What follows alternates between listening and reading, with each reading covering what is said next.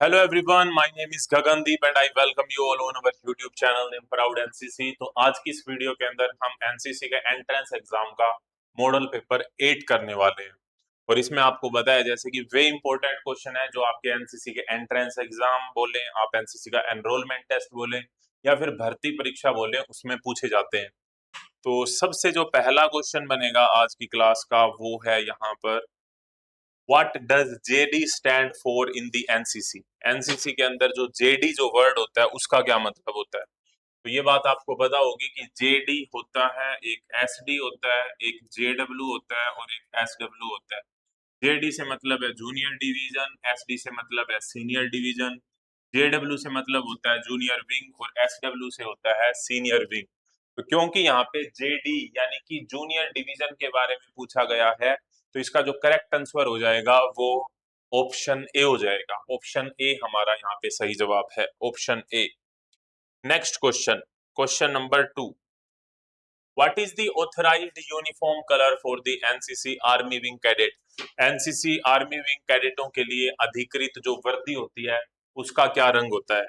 तो आपको पता है कि जब हम बात करते हैं एनसीसी की तो इसमें 3 विंग होती है। एक आर्मी विंग होती है, एक नेवी विंग होती है यानी कि नवल विंग, और एक एयर विंग होती है। आर्मी की जो यूनिफॉर्म होती है वो होती है खाकी कलर की, नेवी की जो होती है वो होती है व्हाइट कलर की, और एयर की जो होती है वो होती है नेवी ब्लू कलर की।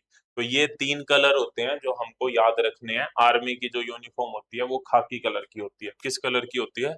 खाकी कलर की।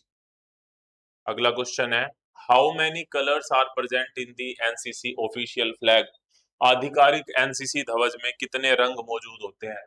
एनसीसी का जो फ्लैग है उसमें ट्राई कलर होता है वो, ठीक है, यानी कि 3 जो कलर हैं वो प्रेजेंट होते हैं। एक हमारा रेड कलर होता है, दूसरा हमारा लाइट ब्लू होता है, लाइट ब्लू, और थर्ड हमारा होता है डार्क ब्लू। ये 3 कलर होते हैं।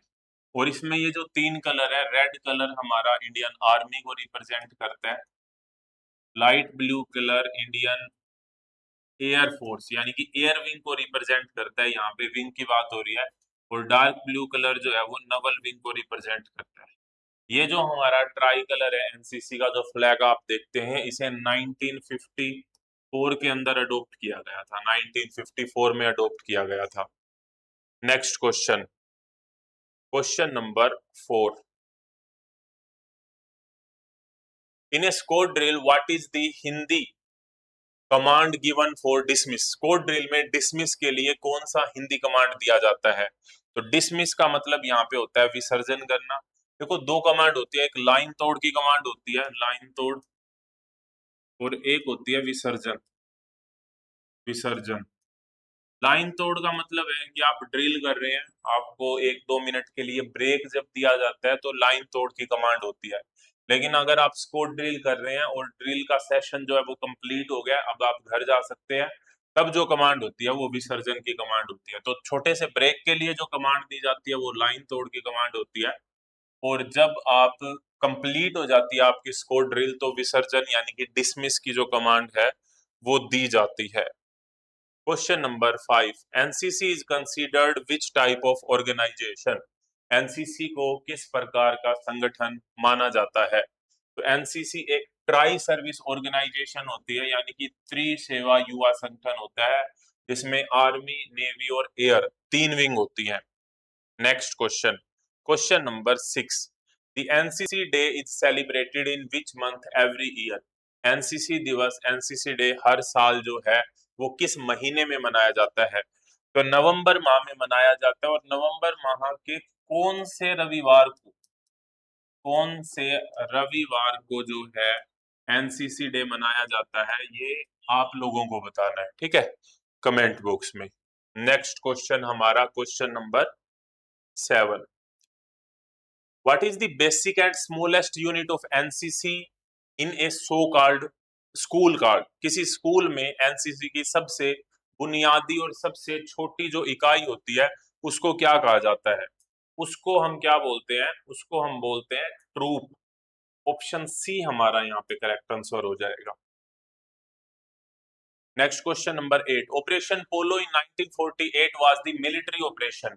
ऑपरेशन पोलो जो है वो 1948 के अंदर एक मिलिट्री ऑपरेशन था और is to integrate which princely state into the India. 1948 में ऑपरेशन पोलो किस रियासत को भारत में मिलाने के लिए किया गया सैन्य अभियान था। तो ये हैदराबाद एक रियासत थी जो मना कर रही थी मिलने से, तो इसको मिलाने के लिए मिलिट्री ऑपरेशन किया गया, यानी कि और इसका नाम दिया गया ऑपरेशन पोलो। 1948 की ये बात है और ज्यादातर रियासतों को जो मिलाने का श्रेय दिया जाता है वो दिया जाता है सरदार वल्लभ भाई पटेल जी को, जिन्हें हम आयरन मैन के नाम से भी जानते हैं।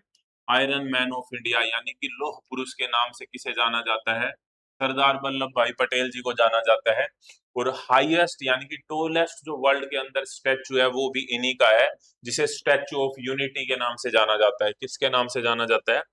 स्टैचू ऑफ यूनिटी के नाम से। The national war memorial of India is located in which city. Bharat का राष्ट्रीय युद्ध स्मारक जो है वो किस शहर में स्थित है? तो जो नेशनल वॉर मेमोरियल है वो है, ऑब्वियस सी बात है, न्यू दिल्ली के अंदर। तो नई दिल्ली हमारा यहाँ पे करेक्ट आंसर हो जाएगा। Question number 10, on which date is the Indian army day celebrated every year. हर साल भारतीय सेना दिवस किस तारीख को मनाया जाता है? तो भारतीय सेना दिवस जो है वो 15 जनवरी को मनाया जाता है, क्योंकि इसी दिन जनरल के एम करियप्पा ने कमान संभाली थी इंडियन आर्मी की। इसलिए 15 जनवरी को इंडियन आर्मी डे के रूप में मनाया जाता है। 8 अक्टूबर 1932 को एयरफोर्स की स्थापना हुई थी, इसलिए 8 अक्टूबर को एयरफोर्स डे मनाया जाता है। 4 दिसंबर को नेवी डे मनाया जाता है। 4 दिसंबर को कौन सा डे मनाया जाता है? Navy day. 26 जुलाई को कौन सा दिवस मनाया जाता है? ये आप लोगों को बताना है कमेंट बॉक्स में कि 26 जुलाई को कौन सा दिवस, कौन सा डे, फेमस डे जो है मनाया जाता है। Question number 11, Who was the famous founder of the ancient Maurya Empire known for a strong military? प्राचीन मौर्य साम्राज्य जो एक मजबूत सेना के लिए जाना जाता था, उसके प्रसिद्ध संस्थापक कौन थे? तो मौर्य साम्राज्य के जो संस्थापक थे वो थे चंद्रगुप्त मौर्य जी। और इनको इनके जो गुरु थे वो थे आचार्य चाणक्य।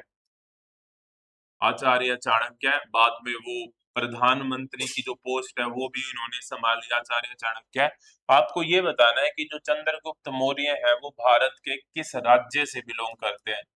किस राज्य से बिलोंग करते हैं चंद्रगुप्त मौर्य? ये आपको कमेंट बॉक्स में बताना है। नेक्स्ट हमारा है question number 12, Which famous fort served as the capital of the Maratha Empire under Chhatrapati Shivaji Maharaj? Chhatrapati Shivaji Maharaj के अधीन कौन सा प्रसिद्ध किला मराठा साम्राज्य की राजधानी था? रेड फोर्ट यानी कि लाल किला, आगरा का किला, ग्वालियर फोर्ट या फिर रायगढ़ फोर्ट? तो इसका जो करेक्ट आंसर है वो है रायगढ़ फोर्ट। ऑप्शन डी हमारा यहाँ पे सही जवाब है। रायगढ़ का जो किला है वो मराठा साम्राज्य की राजधानी रही। नेक्स्ट क्वेश्चन है हमारा question number 13, the famous slogan Jai Jawan Jai Kisan was coined during which war. प्रसिद्ध जो नारा है जय जवान जय किसान का वो किस युद्ध के दौरान जो है वो दिया गया? तो ये दिया गया था 1965 का जो भारत और पाकिस्तान का युद्ध हुआ था, इसके दौरान ये दिया था। और जो ये नारा है जय जवान जय किसान का वो किसने दिया था? वो दिया था लाल बहादुर शास्त्री जी ने। 1965 का जो युद्ध हुआ था, तो ये क्वेश्चन इस तरीके से भी आ सकता है कि जब 1965 का युद्ध हुआ तो उस समय पर हमारे प्रधानमंत्री कौन थे? तो वो थे लाल बहादुर शास्त्री जी। ठीक है, लाल बहादुर शास्त्री जी। अगर हम फेमस युद्ध की बात करें जो भारत और पाकिस्तान के बीच में हुए, सबसे पहला तो 1947-48 में ही हुआ था, फिर हमारा 1965 में, फिर 1971 में, और फिर हुआ 1999 में। 1999 में हुआ था कारगिल वाला वॉर। 1962 ये पाकिस्तान के साथ युद्ध है, लेकिन अगर चाइना के साथ हम बात करते हैं तो 1962 में हुआ था चाइना के साथ में। और 1971 में हुआ था जिसमें हमने बांग्लादेश बनाया था। What is the standard uniform colour of the Indian air force. भारतीय वायुसेना की मानक जो वर्दी होती है उसका क्या रंग होता है? तो जो इसमें से अगर हम देखेंगे तो खाकी तो नहीं होता, व्हाइट भी नहीं होता, ओलिव ग्रीन भी नहीं होता, तो लाइट ब्लू, ऑप्शन बी हमारा यहाँ पे सही जवाब हो जाएगा कि इंडियन एयर फोर्स की जो नॉर्मल यूनिफॉर्म होती है सामान्यतः उसका कलर लाइट ब्लू होता है। In military terminology, what is a tank? सैन्य शब्दावली में टैंक क्या होता है? एक एग्जाम्पल है टैंक का भीष्म टैंक। भीष्म, अगर आपसे पूछा जाए कि भीष्म एक क्या है तो वो टैंक है। तो टैंक क्या करते हैं? वाटर स्टोरेज करते हैं? नहीं। ट्रांसपोर्ट एयरप्लेन है? नहीं। ट्रांसपोर्ट एयरप्लेन अगर पूछा जाता है तो आपके दिमाग में आना चाहिए C-17 globe master. C-17 globe master क्या है? तो आप कहेंगे कि एक ये हैवी ट्रांसपोर्ट जो है वो एयरप्लेन होता है C-17 ग्लोब मास्टर। तो ये क्या होता है? Armoured fighting vehicle. बिल्कुल सही बात है यहाँ पर कि एक बख्तरबंद लड़ाकू वाहन होता है जो टैंक होता है। सबमरीन पनडुब्बी होती है? नहीं, पनडुब्बी नहीं। पनडुब्बी से रिलेटेड एक क्वेश्चन आपके एग्जाम में पूछा जाता है कि प्रोजेक्ट 75 जो है वो किससे रिलेटेड है? तो प्रोजेक्ट 75 जो है वो सबमरीन बनाने से रिलेटेड है। और जो स्कॉर्पियन क्लास की सबमरीन है ना, स्कॉर्पियन क्लास की सबमरीन INS कलवरी से लेके INS वागसीर तक, तो ये जो सबमरीन बन रही है वो प्रोजेक्ट 75 के अंडर बनती हैं। तो project 75 is important and related to which? Submarines. Next question है question number 16। The border security force यानी कि BSF function under which ministry of the government of India? सीमा सुरक्षा जो बल है वो किसके अंडर काम करता है? किस मंत्रालय के अंतर्गत काम करता है? अगर हम बात करते हैं तो पहली बात तो जो BSF है उसकी स्थापना 1965 में हुई थी, 1965 में हुई थी।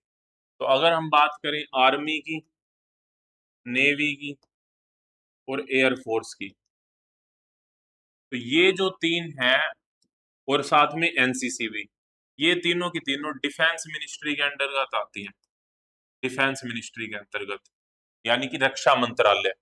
लेकिन जितनी भी CAPF है यानी कि सेंट्रल आर्म्ड पुलिस फोर्सेस है, SSB सीमा सुरक्षा बल, sorry BSF border security force, SSB सशस्त्र सीमा बल, ITBP Indo Tibetan border police, या CISF, CRPF, ये जितनी भी आती है ये गृह मंत्रालय के अंतर्गत आती है यानी कि होम मिनिस्ट्री के अंतर्गत आती है।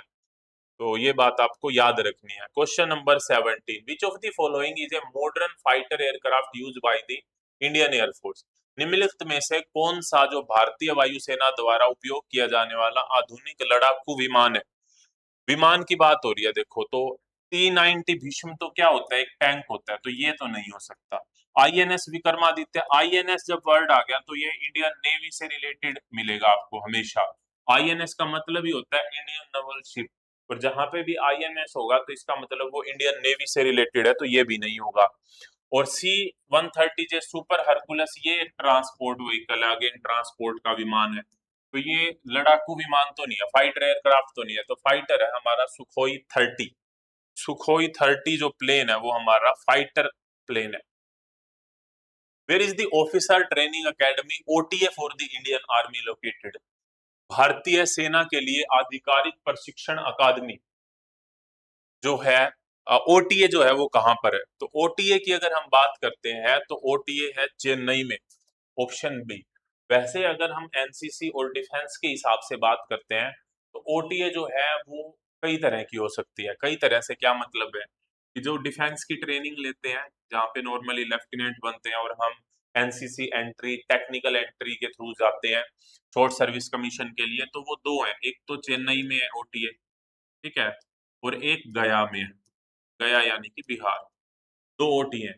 अगर हम बात करते हैं OTA की NCC के रिस्पेक्ट में, यानी कि NCC वाली जो OTA है, एक तो वुमेन OTA है जो कि है ग्वालियर के अंदर, जहाँ पे ANOs की ट्रेनिंग होती है। ANOs की, ANO जो आपके NCC के टीचर्स हम कह सकते हैं, एसोसिएट NCC ऑफिसर, उनकी जो ट्रेनिंग होती है।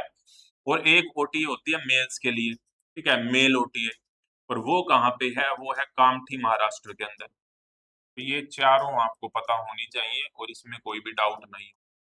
तो ये पुणे के अंदर अगर हम बात करें तो NDA, national defence academy Khadakwasla Pune में। देहरादून में है IMA, इंडियन मिलिट्री एकेडमी। और एजीमाला के अंदर है INA, इंडियन नवल अकेडमी, और एजीमाला जो है वो कहाँ पर पड़ता है? केरल में पड़ता है। तो ये जितनी भी इम्पोर्टेंट एकेडमीज हैं आपको इनका पता होना चाहिए कि ये कहाँ कहाँ पर सिचुएटेड है। ठीक है, नेक्स्ट हमारा क्वेश्चन नंबर 19 पे मूव करते हैं हम। In the Indian armed forces Chetak and चीता आर टाइप्स ऑफ व्हाट? भारतीय सशस्त्र बलों में जो चेतक और चीता है वो किसके प्रकार है? तो चेतक और चीता ये हेलीकॉप्टर्स के नाम है। ठीक है, ऑप्शन सी हमारा यहाँ पे सही जवाब है। ना ये फाइटर जेट है, ना ये पनडुब्बियां हैं, और ना ही ये टैंक है। टैंक का मैंने एग्जांपल बताया, T-90 भीष्म एक टैंक होता है। Next question, question number 20, who is universally known as the father of the nation? Bharat में सार्वभौमिक रूप से जो राष्ट्रपिता है वो किसे कहा जाता है? तो राष्ट्रपिता की जो उपाधि है वो मिली है महात्मा गांधी जी को। किन्हें मिली है? महात्मा गांधी जी को राष्ट्रपिता की जो उपाधि है वो मिली है। महात्मा गांधी को जो महात्मा की उपाधि दी थी वो रविंद्रनाथ टैगोर जी ने दी। इन्होंने दी, रविंद्रनाथ टैगोर जी ने महात्मा गांधी जी को महात्मा की उपाधि दी थी। और रविंद्रनाथ टैगोर जी को गुरु जी के नाम से जाना जाता था। किसके नाम से जाना जाता था? गुरु जी के नाम से। और इन्हें जो गुरु जी की उपाधि दी थी वो महात्मा गांधी जी ने दी थी। इन्हें गुरु जी की उपाधि महात्मा गांधी जी ने दी थी। Next question, the first capital of British India before it was move to Delhi? Delhi स्थानांतरित होने से पहले ब्रिटिश भारत की जो पहली राजधानी थी वो कौन सी थी? तो ये थी हमारी कोलकाता। पहले कोलकाता थी और फिर जो राजधानी है वो कोलकाता से कहाँ पे पहुंच गई? दिल्ली पहुंच गई। Question number 22, who discovered the direct sea route in India to India in 1498? 1498 में भारत के लिए सीधे समुद्री मार्ग की खोज किसने की थी? तो वो की थी वास्को डी गामा ने। ऑप्शन बी हमारा यहाँ पे सही जवाब है। आपको ये बताना है कमेंट बॉक्स में कि ये जो क्रिस्टोफर कोलंबस है ये किससे संबंधित है? Christopher Columbus. The famous monument Taj Mahal was built by which Mughal emperor? प्रसिद्ध स्मारक ताजमहल का निर्माण किस मुगल सम्राट ने करवाया था? तो ये करवाया था शाहजहां ने। ऑप्शन सी हमारा यहाँ पे सही जवाब है। The historic quit India movement was launched in which year? ऐतिहासिक भारत छोड़ो आंदोलन क्विट इंडिया मूवमेंट किस वर्ष शुरू हुआ?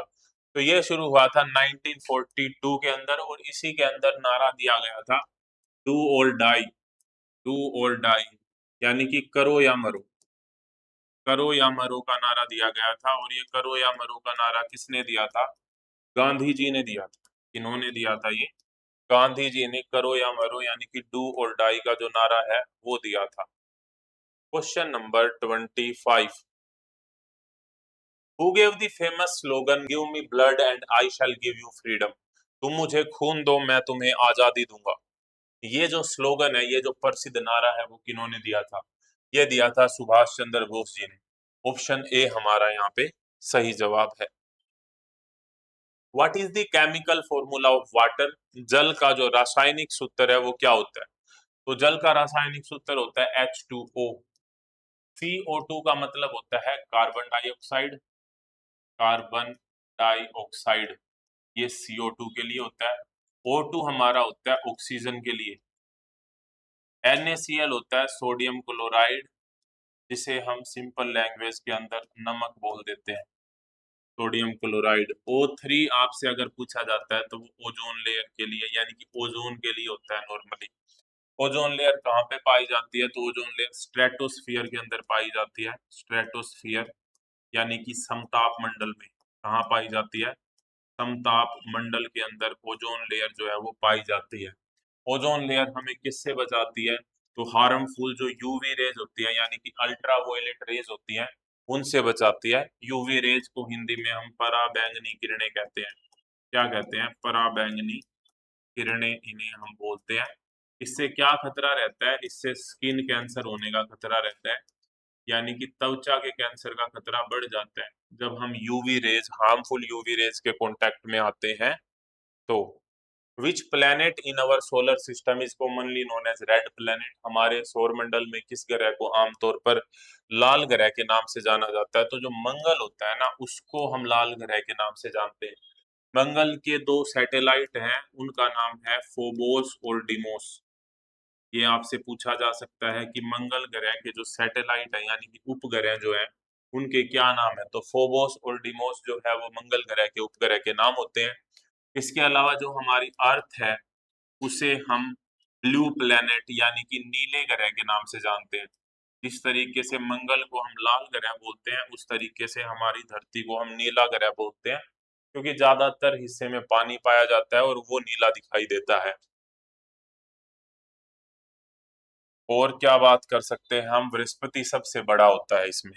नेक्स्ट क्वेश्चन हमारा question number 28। Which gas do plants absorb from the air during the process of photosynthesis? प्रकाश संश्लेषण की प्रक्रिया के दौरान पौधे जो है वो हवा से कौन सी गैस सोखते हैं? तो वो कार्बन डाइऑक्साइड लेते हैं और ऑक्सीजन छोड़ते हैं। तो सोखने की अगर बात हो रही है तो कार्बन डाइऑक्साइड, ऑप्शन डी हमारा यहाँ पे करेक्ट आंसर हो जाएगा। वायुमंडल में अगर हम बात करते हैं तो सबसे ज्यादा नाइट्रोजन लगभग 78% और ऑक्सीजन उसके बाद में लगभग 21% पाई जाती है। उसके बाद में आर्गन पाई जाती है और उसके बाद में कार्बन डाइऑक्साइड पाई जाती है। तो मेन मेन गैसों की अगर हम बात करते हैं तो सबसे ज्यादा मात्रा में नाइट्रोजन, फिर उसके बाद में ऑक्सीजन, फिर आर्गन और फिर कार्बन डाइऑक्साइड। नेक्स्ट हमारा है in physics what is the standard SI unit of force? भौतिकी में जो बल होता है उसकी मानक एसआई इकाई क्या होती है? तो एसआई इकाई होती है न्यूटन। क्या होती है एसआई इकाई? न्यूटन होती है, न्यूटन। न्यूटन जो है वो एसआई यूनिट होती है किसकी? फोर्स की। Next question, question number 30। Which essential vitamin is produced by human body directly by exposure of sunlight? मानव शरीर में सूर्य के प्रकाश से संपर्क में आने से सीधे कौन सा आवश्यक विटामिन जो है वो उत्पन्न होता है? तो आपको पता है कि इससे बनता है विटामिन डी। तो ऑप्शन बी हमारा करेक्ट आंसर है यहाँ पे, विटामिन डी। विटामिन ए जो है उसकी कमी से रतौंधी यानी कि नाइट ब्लाइंडनेस नाम का रोग हो जाता है, नाइट ब्लाइंडनेस, विटामिन ए की कमी से। और विटामिन सी जो है इसे हम एस्कॉर्बिक एसिड के नाम से भी जानते हैं, और विटामिन सी की कमी से सकरवी नामक रोग हो जाता है। और ये जितने भी सिट्रिक फ्रूट्स होते हैं यानी कि खट्टे फल होते हैं उनसे हमें जो है वो आंवला मिलता है। Next question, question number 31। What is the hardest naturally occurring substance found on earth? पृथ्वी पर पाया जाने वाला सबसे कठोर प्राकृतिक जो सब्सटेंस है वो कौन सा है? तो वो है डायमंड। ऑप्शन सी हमारा यहाँ पे करेक्ट आंसर है। डायमंड जो होता है वो कार्बन का अपरूप होता है। कार्बन के अपरूप की अगर हम बात करते हैं तो एक ग्रेफाइट होता है, ये भी कार्बन का अपरूप होता है। जो हम पेंसिल यूज करते हैं उसमें जो सिक्का होता है वो ग्रेफाइट का बना होता है। और ये करंट का कंडक्टर होता है, इलेक्ट्रिसिटी को ये कंडक्ट करता है। ये बात आपको याद रखनी है। और कार्बन का जो अगर हम अपरूप की बात करते हैं तो वो डायमंड होता है। डायमंड भी कार्बन का अपरूप होता है, हार्डेस्ट सब्सटेंस है जो नेचुरली ओकरिंग होता है। ठीक है, और एक फुलरीन भी होता है, फुलरीन, तो ये भी कार्बन का अपरूप होता है। ये बातें भी आप याद रख सकते हैं, कॉम्पिटिटिव एग्जाम के हिसाब से इंपॉर्टेंट है। नेक्स्ट क्वेश्चन है विच of the following is the national bird of India? निम्नलिखित में से कौन सा भारत का राष्ट्रीय पक्षी है? तो भारत का जो राष्ट्रीय पक्षी है वो मोर होता है। और आपको कमेंट बॉक्स में जो मोर है उसका साइंटिफिक नेम बताना है। क्या बताना है? साइंटिफिक नेम बताना है। बात यहाँ पे आती है द फेमस कुंभ मेला। कुंभ मेला जो होता है is held at specific location every how many years? प्रसिद्ध कुंभ मेला हर कितने सालों के बाद एक विशिष्ट स्थान पर लगता है? तो उसी स्थान पे लगने के लिए मेले को लग जाते हैं 12 साल। और ये मेनली जो है वो 4 जगह के ऊपर लगता है। एक तो प्रयागराज में लगता है जो कि यूपी में है, जिसे पहले हम इलाहाबाद के नाम से जानते थे। उज्जैन में लगता है, उज्जैन, हरिद्वार, हरिद्वार और नासिक। ये 4 जगह हैं जहाँ पे संगम है। और इन चारों जगह के ऊपर जो है वो मेला लगता है, कुंभ का मेला लगता है। तो ऑप्शन ए हमारा यहाँ पे करेक्ट आंसर हो जाएगा। नेक्स्ट क्वेश्चन है, which game is widely considered as the official national sport of India? किस खेल को व्यापक रूप से भारत का राष्ट्रीय खेल माना जाता है? ऑफिशियली आरटीआई के थ्रू जब पता किया गया तो ये ऑफिशियल जो गेम है वो नहीं है नेशनल स्पोर्ट, लेकिन कंसीडर हम करते हैं, वो करते हैं हॉकी को। ऑप्शन बी यहाँ पर सही जवाब है। नेक्स्ट क्वेश्चन है question number 35, which popular Indian festival is known as festival of colour? कौन सा लोकप्रिय भारतीय त्योहार रंगों के त्योहार के रूप में जाना जाता है? तो रंगों का त्योहार है होली, ऑप्शन सी। आपको ये बताना है कि ओणम जो है वो किस राज्य का प्रसिद्ध त्योहार है, किस राज्य का प्रसिद्ध त्योहार है Onam. Question number 36, what is the capital of the state Maharashtra? Maharashtra राज्य की जो राजधानी है वो कौन सी है? तो महाराष्ट्र की जो राजधानी है वो है मुंबई, और मुंबई जो है वो इंडिया की फाइनेंशियल कैपिटल भी है। फाइनेंशियल कैपिटल का क्या मतलब है, यानी कि वित्तीय राजधानी। फाइनेंशियल कैपिटल इंडिया की है मुंबई, क्योंकि जो हमारे आरबीआई है उसके हेडक्वार्टर भी कहाँ पर है, मुंबई में। आरबीआई यानी कि रिजर्व बैंक ऑफ इंडिया, और इसकी जो स्थापना हुई थी वो 1 अप्रैल 1935 को हुई थी, 1935 को। इसीलिए आपने नोटिस किया होगा कि हमारा जो फाइनेंशियल ईयर है यानी कि वित्तीय वर्ष जो होता है वो 1 अप्रैल से स्टार्ट होता है। Question number 37, which is the largest desert located in the northwestern part of India? Bharat के पश्चिमी भाग में स्थित सबसे बड़ा रेगिस्तान कौन सा है? तो रेगिस्तान है हमारा थार डेजर्ट, थार मरुस्थल। ऑप्शन ए हमारा यहाँ पे करेक्ट आंसर है, option A. Next question, question number 38, the coastal state of Gujarat is situated on the shore of which water body? तटीय राज्य जो गुजरात है वो किस जल निकाय पर स्थित है? तो ये मैंने आपको बताया हुआ है पहले भी कि इस तरीके से अगर हम नीचे से मैप देखते हैं इंडिया का, इस साइड हमारा अरब सागर होता है, अरब सागर, और इस साइड होती है बंगाल की खाड़ी, बंगाल की खाड़ी यानी कि बे ऑफ बंगाल, और नीचे हम बोलेंगे हिंद महासागर यानी कि इंडियन ओशियन, इंडियन ओशियन। ठीक है, बंगाल की खाड़ी में हमको मिलता है अंडमान और निकोबार, अंडमान व निकोबार के जो आइलैंड है वो इस साइड है, और लक्षद्वीप जो है वो इस साइड है। ठीक है, लक्षद्वीप है इस साइड है, तो गुजरात इस साइड है, तो अरब सागर हमारा यहाँ पे सही जवाब हो जाएगा, अरेबियन सी। ठीक है, question number 39, the famous Wagah border known for its daily retreat ceremony is located in which state? प्रसिद्ध वाघा बॉर्डर जो है वो अपनी दैनिक रिट्रीट सेरेमनी के लिए जाना जाता है, किस राज्य में स्थित है? तो बाघा बॉर्डर जो है वो आपको पता है कि वो पंजाब के अमृतसर में है। अमृतसर में हरमिंदर साहिब है यानी कि गोल्डन टेम्पल है। इसके अलावा अमृतसर के अंदर जलियांवाला बाग है, जहाँ पे 13 अप्रैल 1919 को जो है एक दुखद घटना हुई थी। तो 13 अप्रैल बैसाखी का वो दिन था 1919 को, जलियांवाला बाग। तो जलियांवाला बाग भी अमृतसर में है, और गोल्डन टेम्पल भी अमृतसर में है, और वाघा बॉर्डर भी हम अमृतसर के पास में ही है, तो पंजाब इसका सही जवाब हो जाएगा। अब बात आती है क्वेश्चन नंबर 40 के ऊपर। Question number 40, which of the following Indian state does not have a coast line? Coast line मतलब तट नहीं है जिसका, जिसको समुंदर नहीं लगता। केरल को लगता है, कर्नाटक को भी लगता है, आंध्र प्रदेश को भी लगता है, लेकिन जो मध्य प्रदेश है उसको समुंदर नहीं लगता, तो ऑप्शन डी हमारा यहाँ पे सही जवाब हो जाएगा। मध्य प्रदेश एक ऐसी स्टेट है जिससे समुद्री सीमा जो है वो नहीं लगती है। Question number 41, the great run of Kutch a large salt Marsh is located in which border state? Great run of Kutch जो है एक बड़ा नमक का जो दलदल है वो किस सीमावर्ती राज्य में स्थित है? तो रन ऑफ कच्छ जो है वो है गुजरात में, ऑप्शन ए हमारा सही जवाब। 42, the coastal state of Goa was a former colony of which European nation before its liberation? तटीय राज्य जो गोवा है अपनी मुक्ति से पहले किस यूरोपीय राष्ट्र का उपनिवेश था?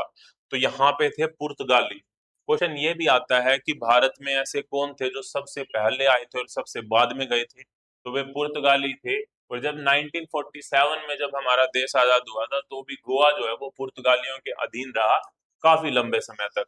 ठीक है, नेक्स्ट है यहाँ पर क्वेश्चन नंबर 43।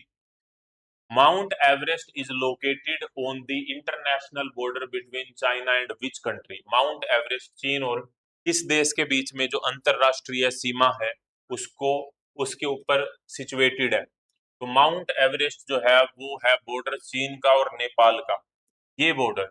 Option C. आपको ये बताना है कि माउंट एवरेस्ट की ऊंचाई कितनी है, ऊंचाई कितनी है ये आपको बताना है।